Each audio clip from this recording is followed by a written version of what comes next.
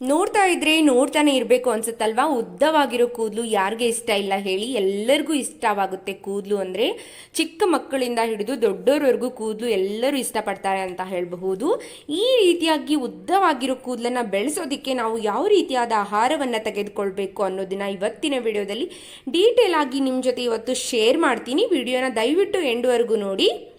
Hi, hello, ನಮಸ್ಕಾರ ಎಲ್ಲರಿಗೂ. ಎಲ್ಲರೂ ಹೇಗಿದ್ದೀರಿ? ಎಲ್ಲರೂ ಚೆನ್ನಾಗಿದ್ದೀರಿ ಅಂತ ಭಾವಿಸ್ತಾ, ನನ್ನ ಹೆಸರು ಬಂದು ನಂದಿನಿ ಅಂತ. ನನ್ನ ಚಾನಲಲ್ಲಿ ಡೈಲಿ ವ್ಲಾಗ್ಸ್ ಬರುತ್ತೆ, ಹೇರ್ ವಿಡಿಯೋಸ್ ಬರುತ್ತೆ, ಹೇರ್ ಕೇರ್ ವಿಡಿಯೋಸ್ ಬರುತ್ತೆ, ಮತ್ತು ಹೇರ್ ಸ್ಟೈಲ್ ವಿಡಿಯೋಗಳು ಬರುತ್ತೆ. ನಿಮಗೆ ನಾನು ಮಾಡೋ ವಿಡಿಯೋ ಇಷ್ಟ ಆದರೆ ಪ್ಲೀಸ್ ಲೈಕ್, ಶೇರ್, ಸಬ್ಸ್ಕ್ರೈಬ್ ಮಾಡೋದನ್ನ ಮಿಸ್ ಮಾಡಕ್ಕೆ ಹೋಗಬೇಡಿ. ಬನ್ನಿ, ವಿಡಿಯೋನ ಲೇಟ್ ಮಾಡೋದು ಬೇಡ ಅಲ್ವಾ. ವಿಡಿಯೋನ ಇವಾಗ ಶುರು ಮಾಡೋಣ. ಇವತ್ತು ನಾನು ಯಾವುದ್ರ ಬಗ್ಗೆ ವಿಡಿಯೋ ಮಾಡ್ತಾ ಇದ್ದೀನಿ ಅಂದರೆ, ನನ್ನ ಕೂದಲನ್ನ ಉದ್ದವಾಗಿ ಬೆಳೆಸ್ಕೊಳ್ಳಿಕ್ಕೆ ನಾನು ಯಾವ ರೀತಿಯಾದ ಆಹಾರವನ್ನು ತೆಗೆದುಕೊಳ್ತೀನಿ ಅನ್ನೋದನ್ನ ನಿಮ್ಮ ಜೊತೆ ಶೇರ್ ಮಾಡ್ತೀನಿ. 5 ಬೆಸ್ಟ್ ಆಗಿರೋ ಫುಡ್ ರೆಸಿಪಿಗಳನ್ನ ನಿಮ್ಮ ಜೊತೆ ಶೇರ್ ಮಾಡ್ತೀನಿ. ನಾನು ಕೂಡ ಪರ್ಸನಲ್ ಆಗಿ ತೆಗೆದುಕೊಳ್ಳುವಂತಹ ಆಹಾರದ ರೆಸಿಪಿಗಳನ್ನ ನಿಮ್ಮ ಜೊತೆ ನಾನು ಶೇರ್ ಮಾಡ್ತೀನಿ. ನೀವು ಕೂಡ ಈ ಫುಡ್ನ ಫಾಲೋ ಮಾಡಿ ನಿಮ್ಮ ಕೂದಲು ಸಹ ನನ್ನ ತರನೇ ನೋಡಿ. ನನ್ನ ಕೂದಲು ಇಷ್ಟು ಉದ್ದವಾಗಿದೆ, ಇಷ್ಟು ಉದ್ದವಾಗಿ ನಿಮ್ಮ ಕೂದಲು ಸಹ ಬರುತ್ತೆ. ತುಂಬಾ ಚಿಕ್ಕಾಗಿ ಕೂಡ ಬರುತ್ತೆ. ತುಂಬಾ ಪ್ರೋಟೀನ್ ಇರುವ ಆಹಾರಗಳನ್ನು ಸೇವನೆ ಮಾಡಬೇಕು. ಅಂತಹ ಆಹಾರವನ್ನು ಸೇವಿಸೋದ್ರಿಂದ ನಮ್ಮ ಕೂದಲು ಉದ್ದವಾಗಿ, ದಪ್ಪವಾಗಿ, ಚೆನ್ನಾಗಿ ಬರುತ್ತೆ. ಆ ಆಹಾರಗಳು ಯಾವುದೆಲ್ಲ ಅನ್ನೋದನ್ನ ಇವಾಗ ಒಂದೊಂದಾಗಿ ತಿಳಿಸ್ತಾ ಹೋಗ್ತೀನಿ. ಅದರ ಉಪಯೋಗವೇನಂತನೂ ಕೂಡ ನಾನು ತಿಳಿಸ್ತೀನಿ. ಬನ್ನಿ, ವಿಡಿಯೋನ ಶುರು ಮಾಡೋಣ ಇವಾಗ. ಮೊದಲನೇದಾಗಿ ಬೆಳಗ್ಗೆ ಎದ್ದ ತಕ್ಷಣ ಬ್ರಷ್ ಮಾಡಿದ ಮೇಲೆ ಫಸ್ಟ್ ಮಾಡೋ ಕೆಲಸ ಏನಪ್ಪಾ ಅಂದರೆ, ನಾನು ಮೊಳಕೆ ಬರಿಸಿರೋ ಕಾಳುಗಳನ್ನು ತಿಂತೀನಿ. ಎಲ್ಲ ರೀತಿಯ ಕಾಳುಗಳನ್ನು ಹಿಂದಿನ ಮಾರ್ನಿಂಗ್ಗೆ ನಾನು ನೆನೆಸಿಟ್ಟಿರ್ತೀನಿ. ನೆನೆಸಿಟ್ಟ ಮೇಲೆ ನೈಟ್ ನಾನು ಅದನ್ನು ಒಂದು ಬಟ್ಟೆಯಲ್ಲಿ ಕಟ್ಟಿಬಿಟ್ಟಿಟ್ಟಿರ್ತೀನಿ. ಮಾರ್ನಿಂಗ್ ಆಗುವಷ್ಟರಲ್ಲಿ ಇಷ್ಟೊಂದು ಮೊಳಕೆ ಬಂದಿರುತ್ತೆ, ಚೆನ್ನಾಗಿ ಮೊಳಕೆ ಬಂದಿರ್ತವೆ.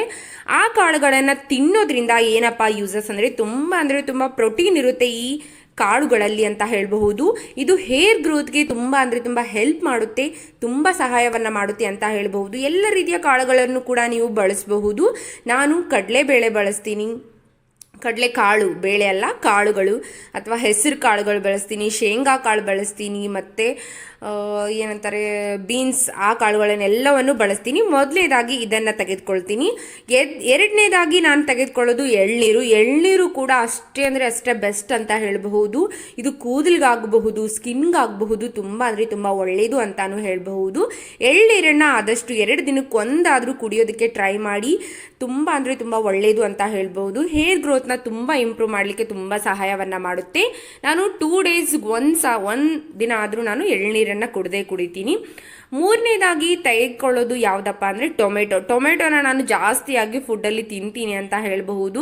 ಊಟ ಮಾಡುವಾಗಂತೂ ನನಗೆ ಸೈಡಲ್ಲಿ ಟೊಮೆಟೊ ಇದ್ದೇ ಇರಬೇಕು. ಟೊಮೆಟೊನ ನಾನು ಯಾವಾಗಲೂ ತಿಂತಾನೆ ಇರ್ತೀನಿ. ಇದರಿಂದ ಹೇರ್ ಗ್ರೋತ್ ತುಂಬ ಇಂಪ್ರೂವ್ ಆಗುತ್ತೆ ಅಂತ ಹೇಳಬಹುದು.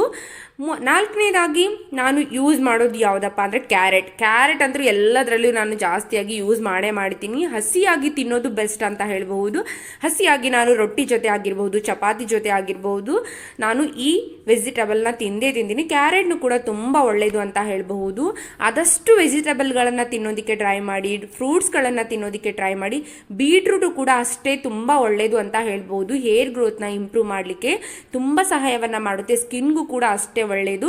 ಬ್ರಾಕ್ಲಿನೂ ಕೂಡ ತುಂಬ ಒಳ್ಳೆಯದು. ಇದನ್ನು ಕೂಡ ಆಹಾರದಲ್ಲಿ ಬಳಸೋದಕ್ಕೆ ಟ್ರೈ ಮಾಡಿ. ನೋಡಿದ್ರಲ್ವಾ ಇವತ್ತು ಎಷ್ಟು ಹೆಲ್ಪ್ಫುಲ್ ಆಗಿರೋ ವಿಡಿಯೋನ ನಿಮ್ಮ ಜೊತೆ ನಾನು ಶೇರ್ ಮಾಡಿದ್ದೀನಿ. ಈ ಫುಡ್ಗಳನ್ನು ನೀವು ಫಾಲೋ ಮಾಡಿ, ನಿಮಗೂ ಕೂಡ ನನ್ನ ಥರನೇ ಉದ್ದವಾದ ದಪ್ಪವಾದ ಕೂದಲು ನಿಮ್ದಾಗುತ್ತೆ. ಇವತ್ತಿನ ವಿಡಿಯೋ ಇಷ್ಟ ಆದರೆ ಪ್ಲೀಸ್ ಲೈಕ್ ಮಾಡಿ, ಶೇರ್ ಮಾಡಿ, ಸಬ್ಸ್ಕ್ರೈಬ್ ಮಾಡಿ. ಧನ್ಯವಾದಗಳು.